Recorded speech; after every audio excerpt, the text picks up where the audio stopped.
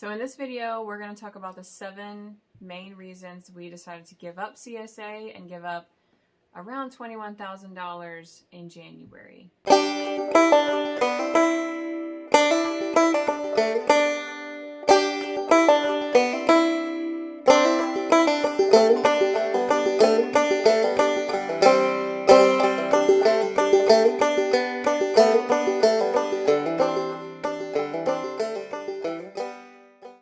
So if you saw from the title of this video, we're going to explain just what we mean by that we gave up $21,000 in the beginning of our year. So let's jump into it. So the CSA, it has some good things. We liked it, and it helped us for a while to get our farm going. We would get money in the beginning of the year, so that would give us a lot of startup costs where we didn't have a lot of capital to begin with. So that was a way for us to be able to buy all the seed and the materials to grow stuff. So it's kind of like we were pre-selling what we were growing. So it was kind of nice. You also know how much to grow because you have X amount of customers that you sold, so you don't overgrow or whatever and have a bunch of leftover stuff that you don't know what to do with, that you just end up throwing in the compost pile. So that was nice. You can say, okay, I got 100 customers, I need this much seed, whatever. You can plan your growing season and how much you need to grow a little bit better with the CSA. Yeah, so there are definitely pros to doing a CSA program, and we're not trying to say that it's not for everyone or like that our way of doing it was for everyone, because there are definitely great CSAs in our area and people who run them well and smoothly and profitable. It just we're just going to explain the reasons that it didn't work for us and why we just chose to give it up and move on to different things. Like CSA was a lot of fun. I was kind of the one in charge of like the marketing and stuff, but also finding families and meeting families each week. And I would go to our drop location in the middle of the week, and I would sit there for an hour, and everybody would come and pick up their box. And so that was fun. You got to meet new people and just like make friends that way. And then we had like another round of people that would come on Saturdays here to the farm pick up their box. So that part of it was fun. Just like meeting lots of families and teaching people how to use the veggies and seeing like their excitement over the boxes and what they would get each week. And getting to know the customers and stuff too. Yeah, was rewarding to us too. Basically, CSAs are not a bad thing. We're just kind of doing this video to talk about why we gave it up and why we're not doing it anymore. One of the big reasons, it is very labor intensive. Growing vegetables in general is labor intensive. Everything's grown on the ground, so you're down, up and down all the time, all summer long. You're planting stuff, you're harvesting it, weeding. Nothing is like up here, so you're always bending over. So it's a lot of work. Transplanting in the beginning. And we didn't do much mechanical tillage or weeding. We had some tools where you weren't bending down all the time, but for the most part, it was all done by hand. So, I mean, there's ways to do it where it's not as labor intensive, but for what we were trying to do, the low tillage model, it's very labor intensive. And I would even say it's a lot of work in the heat. Like we would try to get up as early as possible, as soon as it was like remotely light out, to try to get as much work done in the morning as we could, and then take a break midday when it was like 90 degrees and 100% humidity. And then we also would find ourselves working a lot in the evenings, and it, in my opinion, it took away from a lot of like family time, because from the hours of like 5 p.m. to 9 p.m. it's cooler outside, the sun's going down, so we're like, we need to like hurry up and, you know, get this stuff transplanted or weed this bed or something, when that's really the time that we want to be like spending with our kids. Reason number 2 that we're going to talk about, basically it became to the point where it wasn't really profitable because we had enough we were to the point where we needed to hire somebody, but we really weren't making enough money to be able to afford to hire someone. So the money that we were collecting was basically covering our expenses and our labor to hire somebody. Mm-hmm. So we weren't making hardly anything. But we were at the point where we needed to either go twice as big or basically not do it at all, because it was like the dollar amount wasn't working at the scale that we were at. Mm-hmm. But the work was pretty much the same. Like to go from 50 CSAs to 100 CSAs, mm-hmm. it's pretty much the same amount of work. It's not that much more. And at 50 CSAs, it's basically a full-time job, but we weren't making enough money to make it a full-time job. So that was one reason. And we tried for a couple of years to get it to that, and it just didn't seem to work for us. And we found other things that we like to do better and work better for our farm. Well, the third reason that we chose to give up CSA was because we kind of just became burned out in gardening in general. We had gone from like a family garden to production vegetable growing, meaning like 100 feet at least of every single crop. And with how much work it was and how much time it took away from our family and our kids, it just became like not that enjoyable anymore. And I found myself not even wanting to like be in the garden outside of like having to get the work done for the CSA. So once we did decide to give up CSA, and that following, which will be almost 2 years ago, that following summer, summer of 2023, we went back to just planting a family garden, and it just like brought so much more joy back into gardening again, at least for me, because it was just like fun again. I could just plan, vegetables that we like to eat, things that I wanted to can. If something didn't turn out and, my peppers didn't grow or sprout, it was no big deal. That being a huge reason was that it was no longer enjoyable, and the burnout hit pretty hard. Reason number 4. So the pressure that you just mentioned, there was a lot of pressure, or I guess that's the best way to describe it, just to have stuff started early so that we had stuff ready, like to harvest by the time our first week hit. Yeah, we would have like 2 good weeks of a lot of beets, but then like after those 2 weeks, we were like, oh shoot, like beets, it's going to be like another 50 days before beets are ready again. So there was a lot of pressure in getting this stuff ready and growing early, and making sure you had enough of it, of like successions of it, because we found there were certain crops that customers wanted in nearly every box, which was like beets and carrots, mm-hmm. lettuce, and I don't know, there was just like 5 main crops that everybody wanted to have in their box every week. And that requires a lot of succession planting almost every single week. So if you weren't on top of that, you would easily get behind very quickly and have a lot of veggies one week and then be down to just like onions and chives and lettuce the next week. Yeah. So if you're going to do a CSA, you kind of have to be like, have a schedule, have a calendar, and like mark stuff.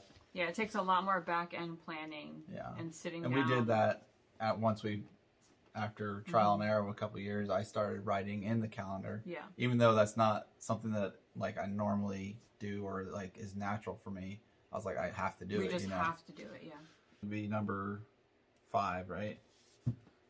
So pressure of having stuff early, and then just pressure of having enough weekly. So we kind of hit on that already. So those are kind of together. Yeah, because the way that we modeled our CSA or advertised our CSA was that the customer would get 7 to 10 items in their box every week. So you have to be able to provide 7 to 10 different items, different veggies in the box each week. So there was also a lot of pressure of having enough variety of things. Mm-hmm. So you weren't just giving them the same thing. So you weren't just giving them the same thing every single week.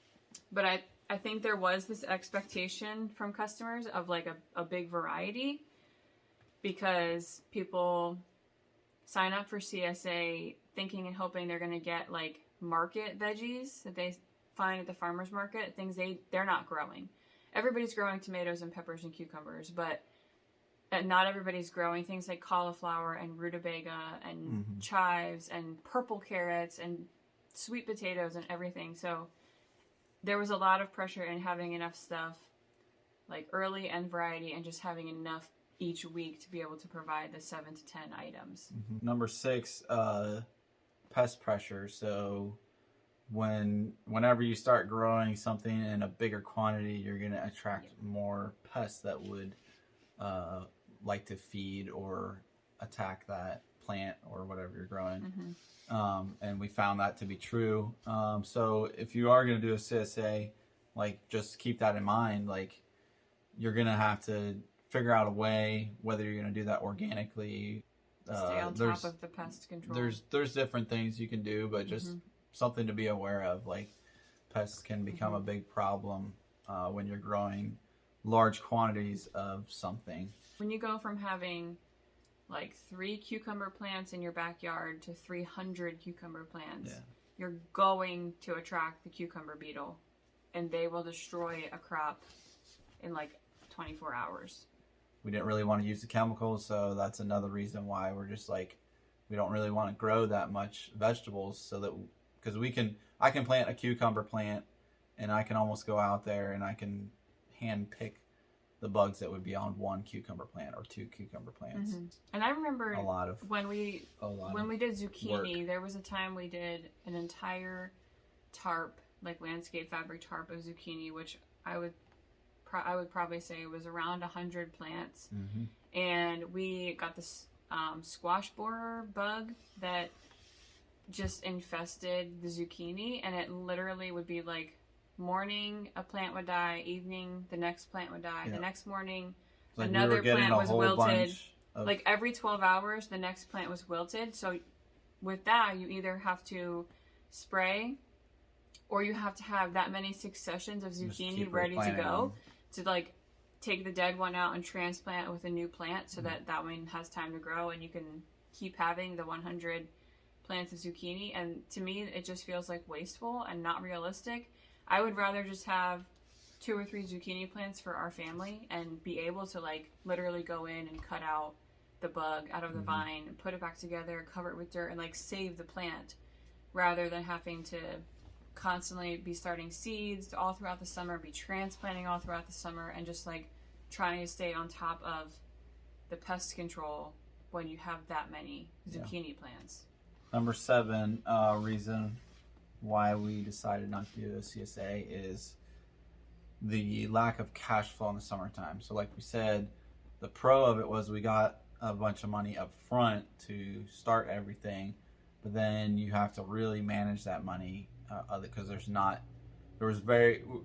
we grew some extra, so we did sell some stuff, but we didn't have really, to speak of, any cash flow from vegetables after our initial sale, because it's all an upfront cost.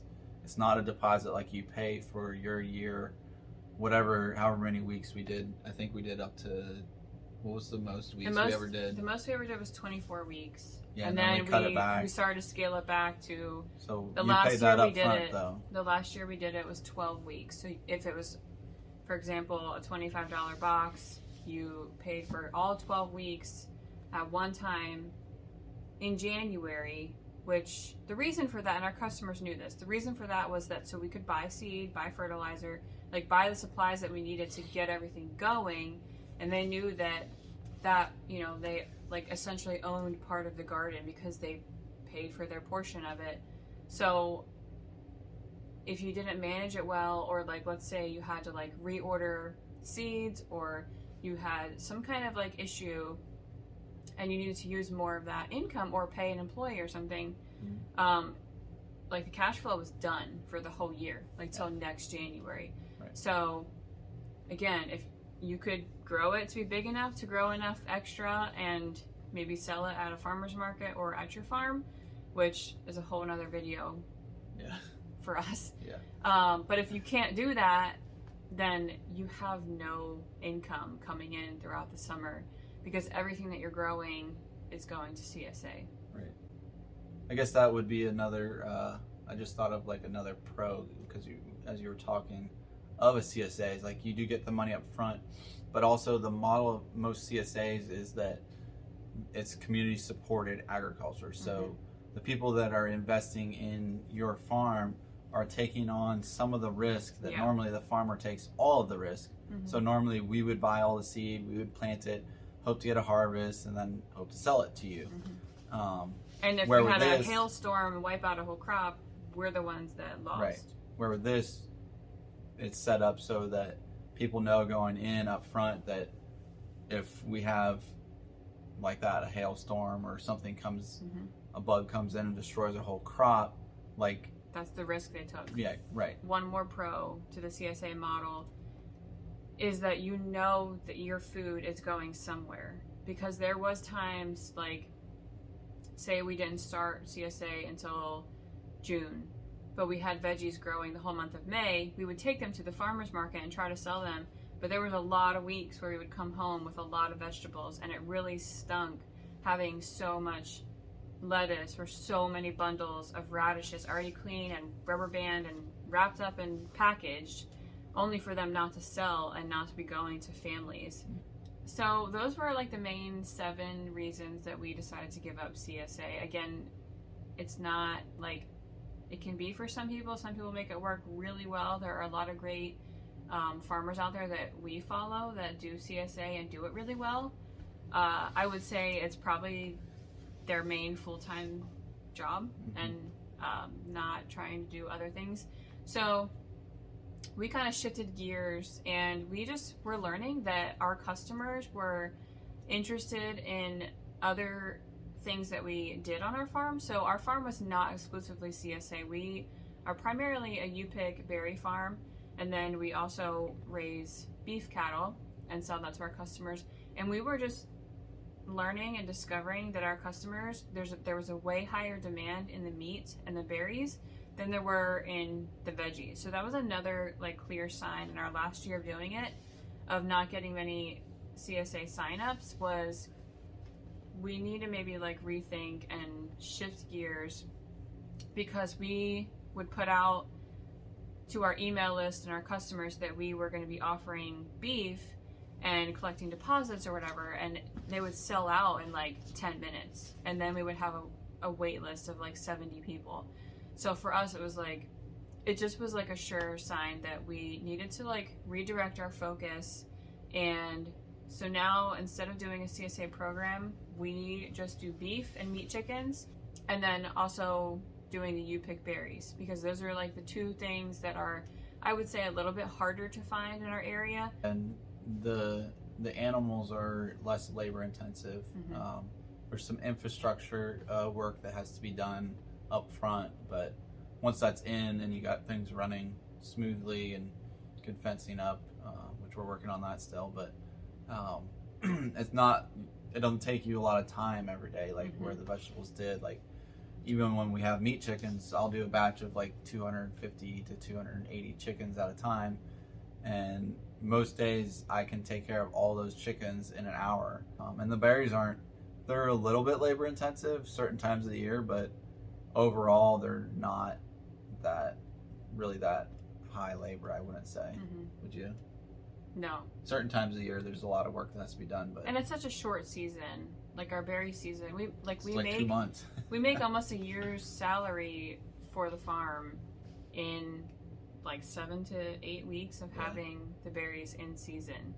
So to us, it's just like a way better option. And again, there's not many blueberry farms around our area, so we just have such a higher demand for that kind of crop versus the veggies. So we're excited this year to go back to planting a family garden.